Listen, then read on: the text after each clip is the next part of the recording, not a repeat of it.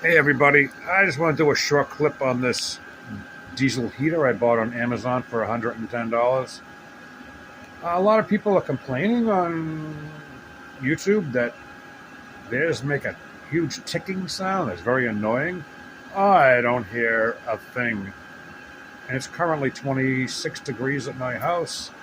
I've had this thing running for 40 minutes and it's 50 degrees. And as you can see, this is an unheated 12 by 12 shed, and it's very comfortable.